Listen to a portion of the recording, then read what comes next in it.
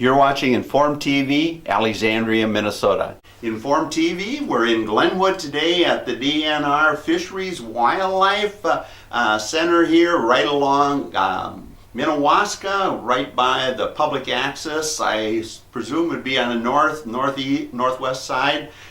Dean, introduce yourself and tell us a little bit about the operation here in Glenwood. Good morning, Alan. My name is Dean Beck. I'm the area fishery supervisor. Our office here in Glenwood is co-located with representatives from the section of wildlife and the section of fisheries. We have been part of this community for a long time. Our office and the lands were purchased from the railroad, Okay. and specifically purchased to develop a fish hatchery and housing for. At that point, it would be the Minnesota Fish Commission. Can you give us a little rough idea, Dean, as far as what year that would have been? That the actual land was purchased in 1903. It's my understanding our office this is actually the residence for the manager and his assistant. Okay. Was completed in 1904. So we are a century plus. A century plus, yeah. So again, we've been in this system. There's a wonderful history of activities here. I think I'm probably maybe the fifth area supervisor. Okay. I've been in place for 26 years now. Seems like 5, but much older, grayer, and enjoying it. It's an amazing opportunity. Some of the initial staff, this place was locally referred to as Fertility Hill for a while. There was another residence here for staff. At one point when the school bus stopped, there were 16 kids getting off from the Glenwood area office. So we've got kind of an open campus. Used to having kids around, and it's just been a great place to work. Now, before we do more history, I want to step forward for just a second. You told me you're actually going to build a new building here, or where? We are. Actually, we purchased some land next door, thinking that would work out great to build a new building, and we could continue to work at this site. But the soil boring suggests that the water table is a little high. The old house is on the best location for our new office, so we are going to be in a state of flux for a while here. The state has made arrangements with a businessman in town. We'll lease a building on a temporary basis, probably looking at June, maybe July of this year, moving to temporary quarters for a year to 15 months while this building is demolished and rebuilt on this footprint. What kind of facility will people see here then when it's completed? Well, it'll be a one-story structure, a little bit larger. Again, we're going to house our Division of Fish and Wildlife employees. Our current, it's about 21 employees. Okay. Between fisheries and wildlife, and we're going to bring in from our Division of Ecological Services and Waters an area hydrologist, which will be nice for the Glenwood area to have that service closer. We're also bringing in 6 employees from the Department of Agriculture. Okay. They've been working out of their houses. Related to habitat and... Current directive, well, we've got one of the soil scientists is working on groundwater contamination. Okay. Another's looking at soils in this area.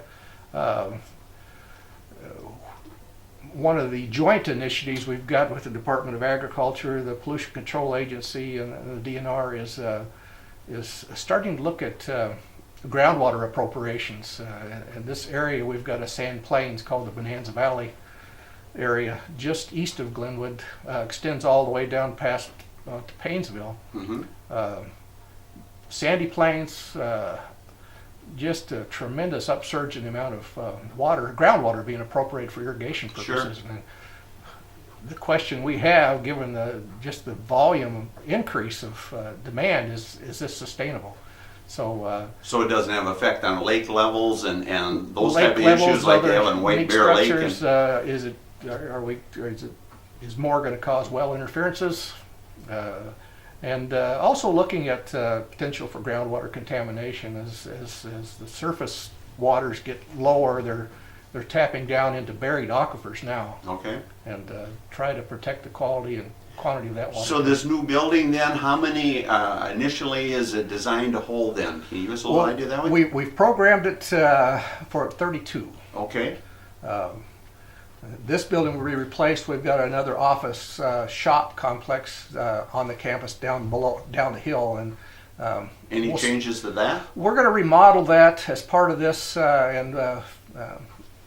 During the course of the summer, we might put on 3, 4, 5, 6 interns or temporary employees. And from a manager standpoint, it would be nice for me to have all my employees in one location.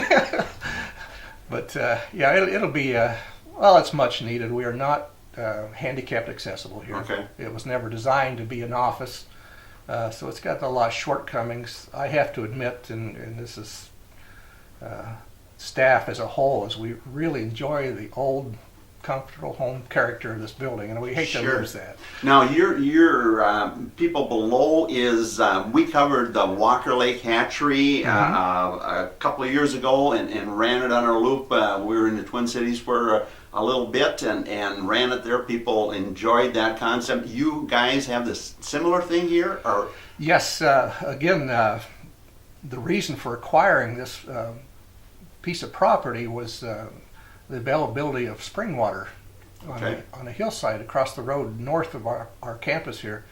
The state acquired that.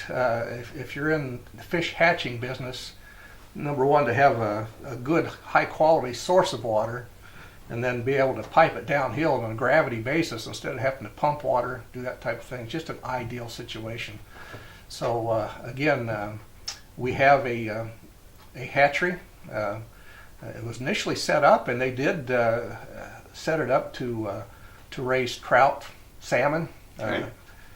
Typically, well, it's nothing we'd introduce locally because our water temperatures are too high, but that was the quality of the water. Those springs running 48, 50 degree constant temperature. It's just optimal. But and how does your hatchery compare to, say, the Walker Lake, or I believe there's one up by Cutfoot, and yeah, most of our hatcheries within the state of Minnesota Department of Natural Resources are seasonal operations. We do have some trout cold water hatcheries, but similar to Walker, we've got one of I believe it's 9 cool water production facilities, and we operate ours for about a month out of the year strictly to hatch walleye. Okay, how is your volume to, say, compared to a Walker Lake? Does the DNR have them all about the same size? No, we actually are larger, and it was one of the early hatcheries. Again, I think the St. Paul hatchery and then Glenwood. They actually had the Sioux Line Railroad. We had dedicated rail cars to ship fish back and forth in cream cans, and the rail car set up for the Glenwood hatchery was named the Glenwood. It had a captain, the state had lodging quarters, a chef, cook. Sure. They shipped fish all over the state. So we were one of the earliest, and because of that, one of the largest. And again, we do have a wonderful supply of water, which is critical. With the spring water, we just refitted that spring water collection system. It's a series of perforated pipes that collect the groundwater, bring it into cisterns, and then eventually piped down the hill to our facility. So we've got water pressure, plus now that it's renovated, we've got close to 200 gallons per minute of very clear, clean, high quality water. Now, we also watched strip walleyes. I think that's a term you guys use. Yes. Where do we strip the walleyes for the eggs you get? We and on an annual basis, we're probably, with expansion of our hatchery, we just refitted that as well in 2010 with some of the lottery dollars. But we increased our capacity so we could go up to 1,000 quarts. if demand necessitated. But on average, we're putting up 700 to 800 quarts per year, and that equates to about 100 million walleye eggs. Okay. Now, we used to take, when we had a larger crew, we used to work a stream that's a tributary to Lake Osaka called Boz Creek. Okay. We set up our own platforms in the creek and nets to trap those adult walleye as they moved up that stream to spawn. Excuse me. But we would work at that for a couple weeks and maybe get half of what our needs were. In lieu of that, and for efficiency's sake, we now dispatch a crew to Grand Rapids. Okay. By Lake Winnebagosh and the Cutfoot Sioux River. Mm-hmm. And there's just a tremendous walleye spawning run goes up there. So we send bodies up, work into their egg take operation, and try to satisfy our egg needs. So people watching Inform TV, whether they're watching here, from Minneapolis or Fargo, a lot of the walleyes we're actually catching have roots in the Grand Rapids area. They very definitely do. We did specifically for our needs and a lot of our fish produced from the Glenwood area go north. We wanted a Mississippi River strain of walleye. That's we focused in on that Cutfoot Sioux run in Grand Rapids as to keep those strains. We actually have quite a history of doing DNA testing of our walleye around the state to try to identify discrete strains where they occur, and particularly north of Highway 210. We want to make sure that those we don't water down those upper Mississippi River strains with. I have a history of doing a lot of fishing up in that area. Every December, going up there to spear and fish crappies and fish walleyes in a previous life, as they say. So I fully understand the area you're talking about, as well as much of our audience here. Explain now a little bit. We're kind of jumping around, but that's the way I do things, I guess. From a standpoint, how big is your area that you manage? Sure. We have retracted with creation of other management areas. At present, there's 28 fisheries management areas within the state. Ours is titled the Glenwood Fisheries Management Area. That encompasses 4 counties. To our west, Stevens and Grant County, and Polk County, of course, here in Glenwood, and the many waters up in the Alexandria area, the Douglas County. And for logistical purpose, we've got a portion of Todd County around Lake Osakis. Okay. That Lake Osakis was assigned to the Glenwood area for Makes management. sense. So lots and lots of water in this prairie pothole coming off the glacial ridge. And the diversity of resources to me is truly amazing. I transferred up from Kansas, where I had 4 lakes I worked on. I was on them every year. Here, we have an active fish management plan on all those lakes that have public access. So how many is that roughly? We're looking at 93. Really? Okay. So it is a challenge. When we go out and conduct a survey, trying to track, what's the fishery look like? Is there problems within the fish community we need to address? How's our stocking working? I'm lucky to get on those lakes once every 4 years, so we get a rough snapshot and try to make decisions off of that, but it could be a challenge. Your office was kind enough to let us go on a test netting on Big Chip, and Yes. that was with Jed and Al? Jed Anderson and Al Schmidt, yes. Okay. Uh-huh. And my audience really enjoyed that.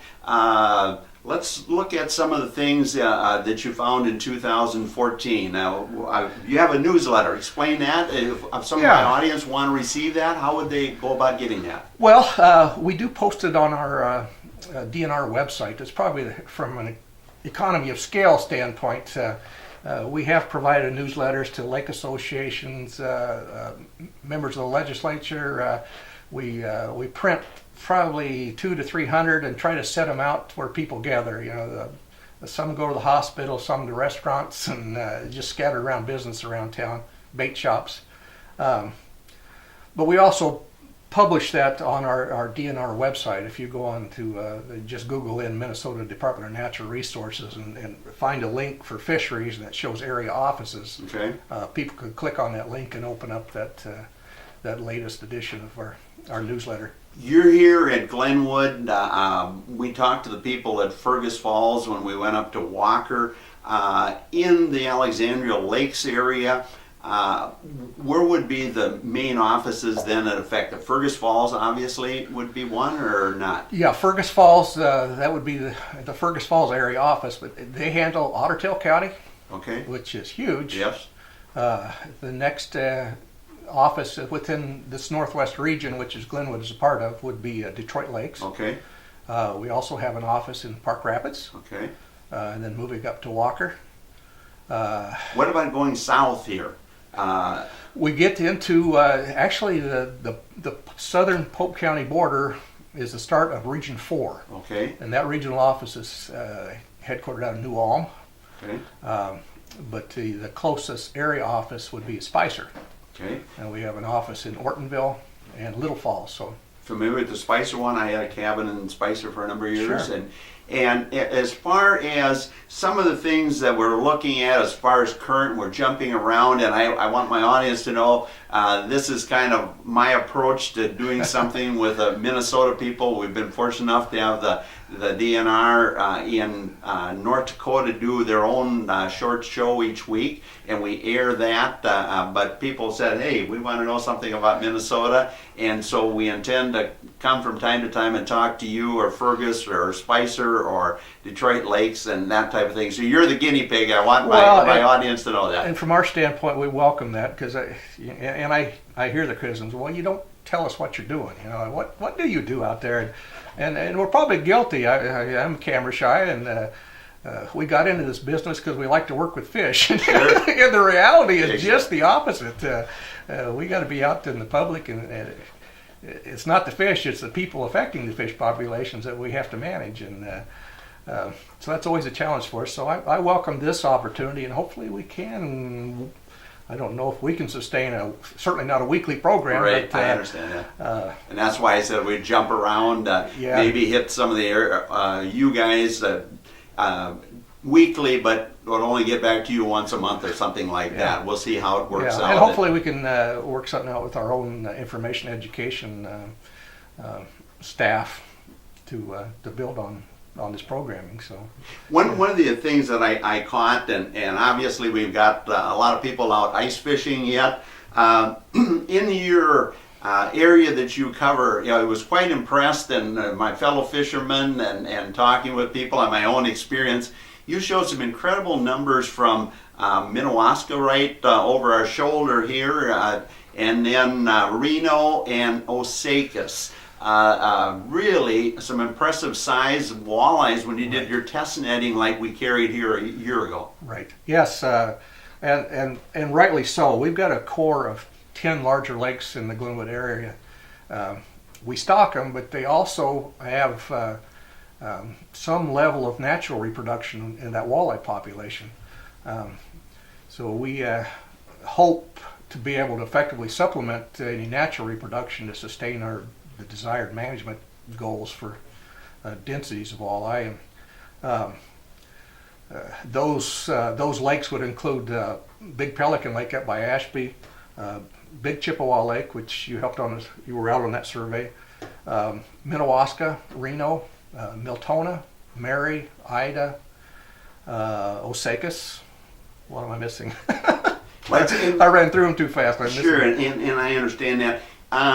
The size and the three lakes I mentioned there, the three big ones without touching on Ida or Miltona, I think it showed an average length of 17 inches. Was that right? Yes, that's probably, and that can vary. Again, those lakes are capable of a fair amount of natural recruitment, and when we get a strong hatch and they're successful in getting established that first year, that average size can go down from any year to year. But just the course of last year's survey information, those lakes were looking, particularly Reno, Minnewaska, Osakis, were looking exceptionally good.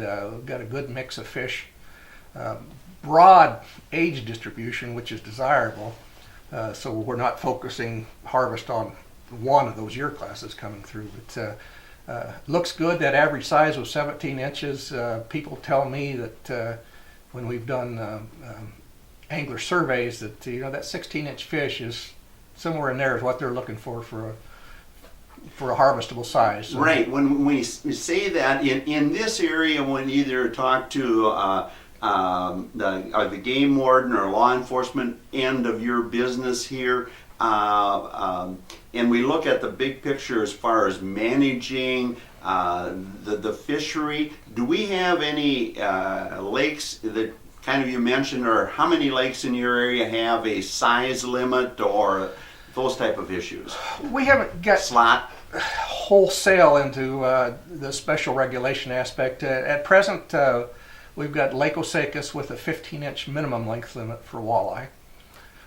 We've also had some trials in place to try to improve size, structure, and fishing quality of northern pike populations. And we dabbled a bit with various regulation scenarios on Andrew, Bergen, Rachel Lake, Lake Latoka, trying to set up protected length ranges so we could focused harvest down on smaller pike that are too abundant. That hasn't worked too well for us. People just haven't been that willing to go after small pike, particularly if there's walleye or crappie. You're watching Inform TV, Alexandria, Minnesota. What's your thought, the people you work with here or in your district, as far as managing? We see that nice size from the 3 lakes we mentioned. Is it because people are more willing to throw a fish back? Or what do you think, from your experience as far as getting that harvestable fish? What's your thought? Well, that's a challenge. I grow concerned and a little frustrated that the bulk of our lakes are medium-sized, deep lakes, say 500 acres. Lots of vegetation. They support a lot of some fishes, bass, bluegill, crappie, and northern pike. But there is so much demand for walleye fisheries that we try to satisfy the demand and stock a lot of walleye into those situations. And that can be a challenge. Concern I see is as many of these lakes in the Glenwood area, we have a surplus of small to medium-sized largemouth bass that people are releasing now. Yeah. That are competing with those walleye exactly. for food or eating walleye, and it's the same way for northern pike, where anglers used to be a little more generalized. They would take that bass, that northern pike. Now they've become a little bit too focused on walleye and throw. As far as harvest, anyway. Yes, and they're throwing those competitors, catching them, throwing them back in the water, and asking us to stock more fish. And all of a sudden you're feeding the bass rather than putting the fishery there. And it's a difficult, I graduated in '71. I wanted to be a farmer. I couldn't afford to break into the farming at that time when it was stuff was starting to go up. Sure. Yeah, you couldn't afford to buy the land. So I got into this, and it is a lot like farming. One of the concepts that people, whether you garden or farm, that tend to forget when they look at a lake is that lake will only support a total maximum poundage of fish. That's based on the size, depth, fertility of the lake, and the habitat types in there. And people say, well, just throw more fish in there. Well, I'm throwing those seeds into a weedy garden and expecting them to take and produce. And if we aren't meeting our management quotas by stocking up, perhaps anglers can help us out a little by taking some of those, I'm not going to say pull weeds, but there's a harvestable resource of fish out there that people are bypassing to go after walleye. We need people to, the catch and release ethic was wonderful. But it's maybe going too far, at least in some species. In trying to maximize walleye production, their growth rates so they get up to a harvestable size within 4 years or so, we need to thin out some of those other fish. What about your view as far as the natural reproduction of the walleye? Being, I'm a walleye crappie fisherman myself. I only fish crappies if I can find big ones. Otherwise, I'm a walleye fisherman. And from a standpoint of natural reproduction, is it, do you feel the lakes that do have natural reproduction in the Alexandria Lakes area, is it mainly coming from those big ones, or what's your thought that way? It's certainly a combination. Walleye are going to start reaching sexual maturity at 15 inches. They probably won't be that successful the first year, so we're looking at anything beyond 16, 17 inch. So from a sheer logistics standpoint and numerical overload, it's those 17 to probably 22, 23 inch walleye that produce the most. Okay. Those big fish do contribute for sure, but from sheer numbers, it's that those fish from say 16 to yeah, and I would 24 sure inches. agree with that. When we're lucky enough to get at the Walker hatchery, or where they were catching them that spring, it seemed like that those fish were just pumping out eggs big time, and in most cases the males aren't going to get much over 20 inches anyway. So those females are important in the system. It's difficult to differentiate. Historically, I've heard it different ways. What's your thought as far as if we went back to 1904 when this place opened, how many of the lakes of, say, the 90 that there are public accesses, that's probably the easiest way to look at it, how many of those lakes had walleyes from natural reproduction, or a system where walleyes, if they spawned in the stream, went into those various 93 lakes? Within the Glenwood area, I would say, which includes Douglas, Grant, Steves, probably not a lot of them. You don't think? No. Okay. No. And if it wasn't for the hatchery system being developed and distributing those fish, there probably wouldn't be a lot of walleye fishing opportunities. There's likely might have been some fish move into these systems but when a lot of the dams went in on the tributaries for power or mills or whatever, they served as barriers for fish moving up the upper Mississippi River or the Minnesota River. And with limited reproductive capacity, they probably wouldn't have been very strong walleye fisheries. So you're kind of telling us, and Chuck there from the Viking Sportsman will go, see, Repke, I told you. And as far as less walleyes, so you're kind of telling us then, when the first people came into this area, whether it were from Missouri or wherever, they would catch these great tasting walleyes in certain lakes, and they wanted more, or the people coming out of St. Paul, that's why we got in the hatchery business so early, you think? Yes, yeah.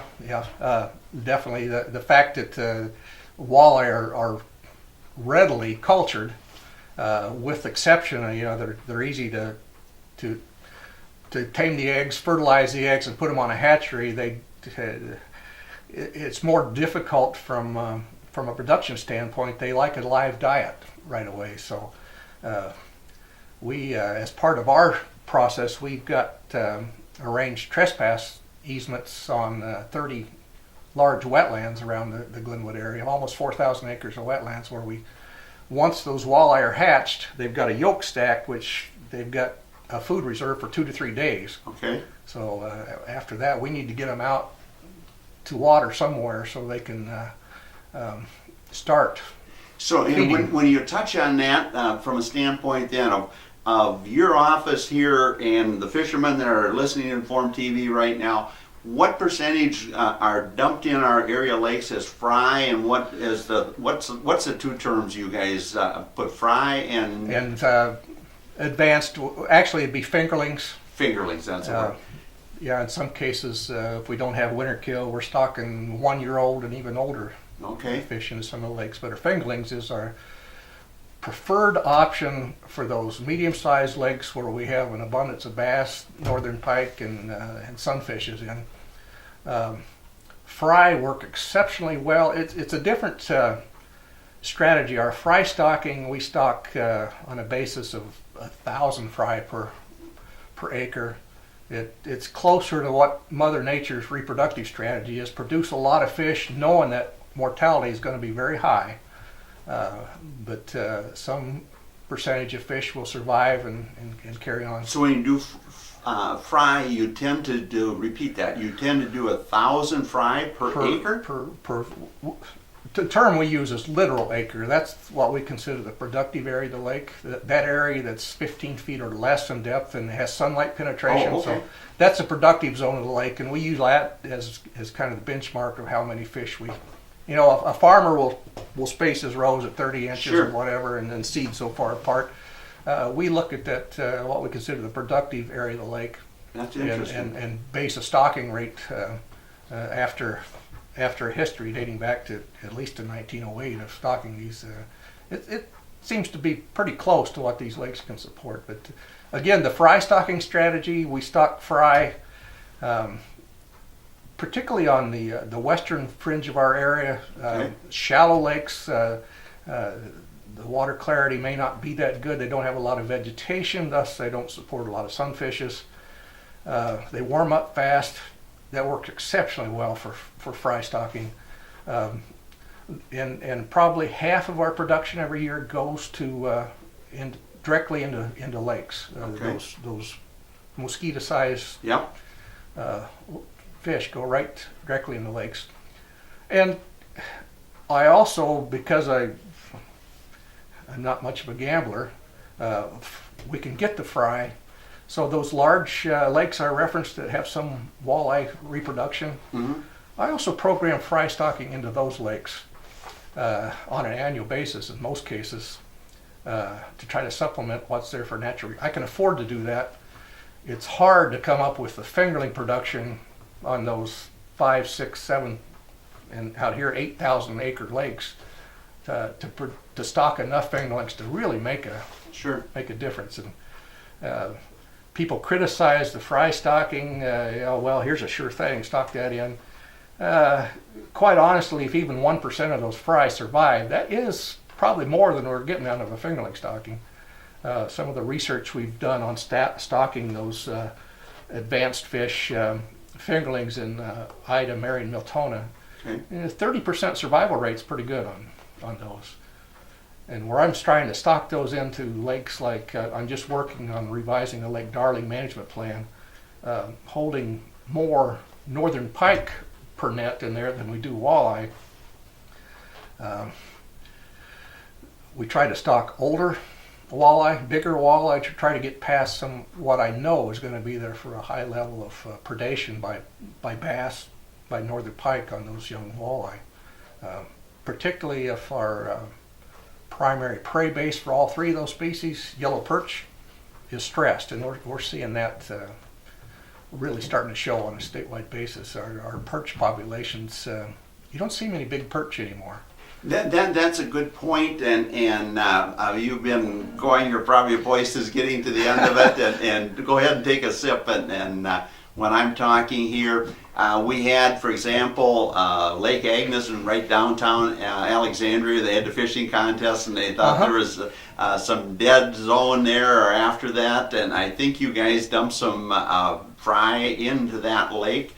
And but that lake was also known for some really big perch, and I actually saw a couple ladies the summer after they were all supposed to be dead that had like a pound and perch out of there. Yeah. So any thoughts about perch? Is that part of the thing we need to re-educate people that when it comes to bass, or that we have to look about the whole fishery, that we don't overkeep, as they say, in the lake?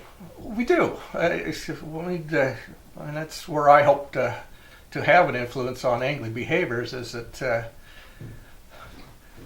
whether it be perch or whatever, by allowing those predator populations to build up, fish are unique. The perch population is getting preyed on very heavily, so they have responded by becoming sexually mature at a much smaller size. Really? We pick up what should be 1 or 2 year old yellow perch on our net, and they're squirting eggs all over you. And I said, how can that fish?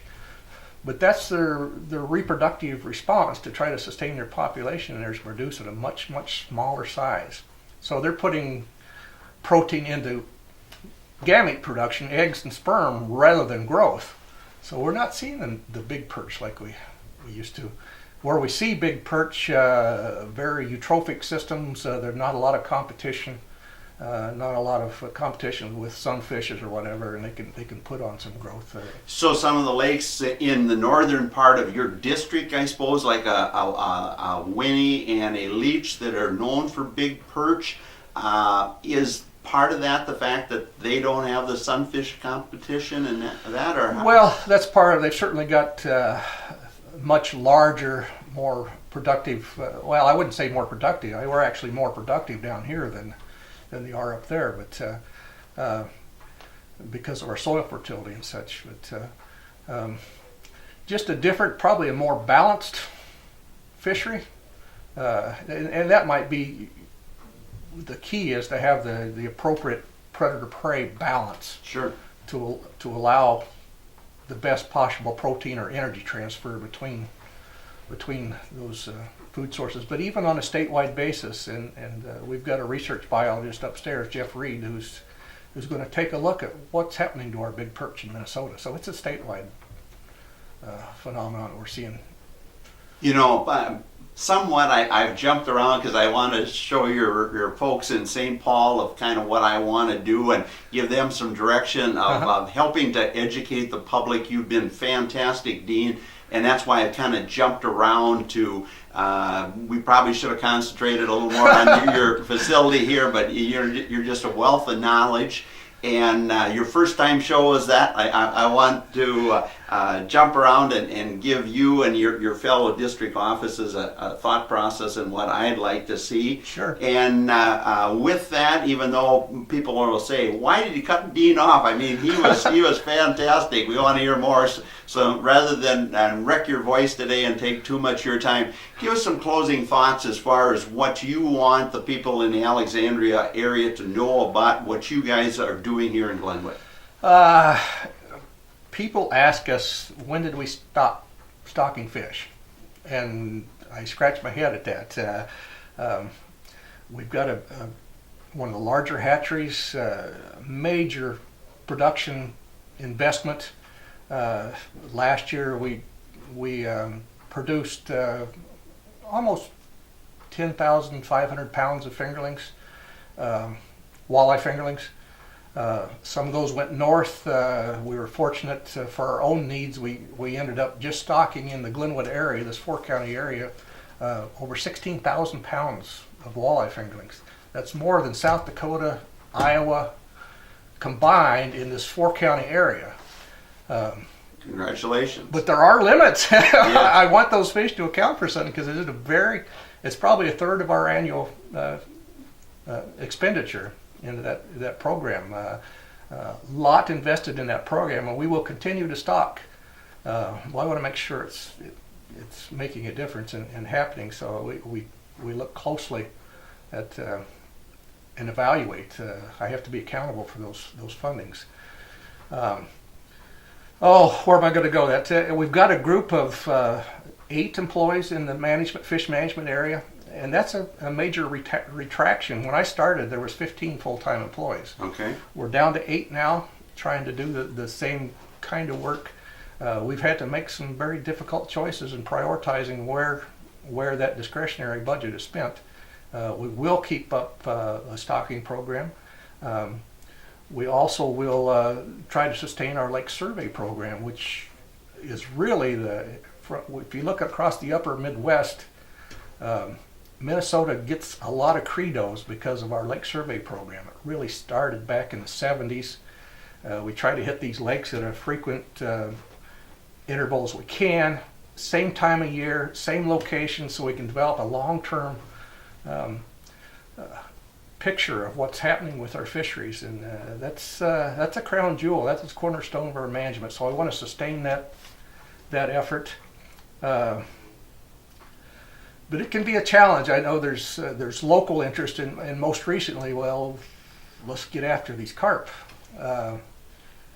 We've got a history of carp control efforts dating back to 1905. Mm-hmm. We had at one point there was a itinerant staff of 45 people stationed out of the Glenwood area whose sole purpose was to get after these carp, and there's been countless amount of money expended to try to control them. We haven't been effective. They persist after their initial population expansion through when they were stocked in the 1870s. We've seen their populations plateau to a lower level. For the viewer standpoint, I look as carp is kind of a cancer swimming around in our system. They're very opportunistic, will take advantage and proliferate when our native game fish populations start to get stressed and drop out. So my number one focus, and it will continue to be, is we need to protect habitat and water quality in our lakes to sustain healthy native game fish populations. The carp will be there, yes, but where we have an abundance of bluegill, other fish that can feed upon those young, we will probably the most effective means of keeping those populations under control. We're going to have to talk another day, Dean. You've been fantastic. My audience will love this. I was worried about having enough information to film, but I don't feel like I've even we could have talked for 2 hours. The surface, yeah. You're a very interesting guy, and I want my audience, as well as the people at DNR that watch this, or the various sportsman clubs in the area, that I truly tend to be back and talk with Dean, as well as go to Detroit Lakes and Fergus and down to Spicer and that type of thing. So Dean, thanks for talking to Inform TV. Inform TV will be back. Thank you, Alan, for the opportunity, and hopefully we can build. Amen. You're watching Inform TV, Alexandria, Minnesota.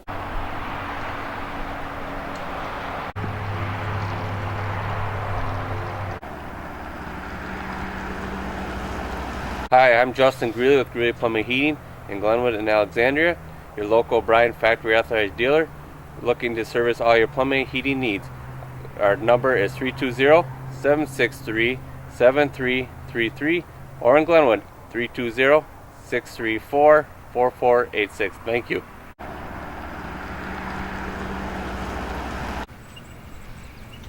Welcome to the Depot Express. If you're ever in Alexandria, please stop by. Nightly specials and happy hour 7 days a week. Come enjoy our upstairs entertainment. We have pool tables, dartboards, jukebox. We have a DJ every weekend. And we have our huge salad bar available 7 days a week. Come join us for a meal in our spacious downstairs dining room. If you have a larger group, we can accommodate you in our upstairs dining area. You can seat about 75 people up here.